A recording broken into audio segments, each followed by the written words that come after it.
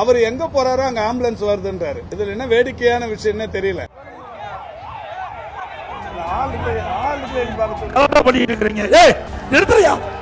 அவர் பெரும்பகுதி இந்த அவருக்கு ஆதரவு திரட்டுறதுக்காக போறது சாலைகள்ல போறாரு, பிரதான சாலைகள்ல போறாரு. இந்த ஆம்புலன்ஸ் தமிழ்நாட்டில் 1330 ஆம்புலன்ஸ் இருக்கு, 108 ஆம்புலன்ஸ். இந்த 1330 ஆம்புலன்ஸுமே உயிர்காக்கும் சேவையை செய்து கொண்டிருக்கிறது.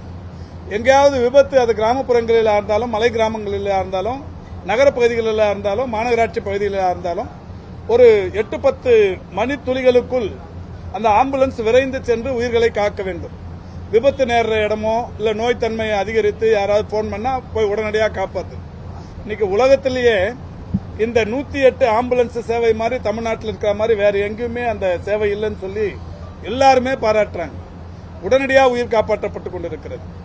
இவரு அந்த ஆம்புலன்ஸ் வர்ற வழியில கூட்டத்தை போட்டுட்டு நான் வர்ற வழியில ஆம்புலன்ஸ் விடுறாங்க அப்படின்ற மாதிரி ஒரு சொல்லியிருக்கிறார். அடிக்காத, ஒவ்வொரு முறையும் ஆளாத ஆம்புலன்ஸ் ஈக்கிட்டு தம்பி கம்முன்று.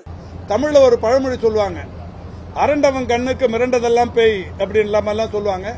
அவர் இந்த ஆம்புலன்ஸை பார்த்தா அவருக்கு என்னவோ வேற ஏதோ ஞாபகம் வருதுன்னு நினைக்கிறேன். இது தவறான விஷயம். அதுவும் நான் பார்த்தேன், ஆம்புலன்ஸ் டிரைவர் நோட் பண்ணு, பேரை நோட் பண்ணு, ஆம்புலன்ஸ்ல இருக்கிறவங்க யார் யாருன்னு பேரை நோட் பண்ணுன்றார். இது மருத்துவத்துறை அலுவலர்களுக்கு, மருத்துவத்துறையில் பணியாற்றி கொண்டிருக்கின்ற ஒரு தன்னார்வமிக்க ஒரு தொண்டு செய்து கொண்டிருக்கின்ற மருத்துவர்களுக்கு விடுக்கிற ஒரு மிரட்டல் துணி. அடுத்த இருக்க ஆம்புலன்ஸ் வந்தா ஆம்புலன்ஸ் பேஷண்ட் ஏத்திட்டு போற மாதிரி தான் இருக்கும். ஒரு முன்னாள் முதல்வர் இது ஒரு மிரட்டுகிற துணியில் ஆம்புலன்ஸ் டிரைவர் பேரை நோட் பண்ணு, வண்டி நம்பரை நோட் பண்ணு சொல்றது ஒரு அநாகரிகமான செயல். இது அவர் இதோட நிறுத்திக்கிறது நல்லதுன்னு நினைக்கிறேன். என்னன்னா, இது பொதுமக்கள் இடையே அவருக்கு இன்னும் கூடுதல் எதிர்ப்பை உருவாக்கி தருமே தவிர அவருடைய இருப்பை நிலைநிறுத்துவதற்கு செய்து கொண்டிருக்கின்ற இந்த காரியம் இன்னமும் அவருடைய அந்த குவாலிட்டியை குறைக்கிறதுக்கான ஒரு விஷயமா தான் இருக்கும். அவருடைய பேச்சு நேற்று பார்த்ததுல இருந்து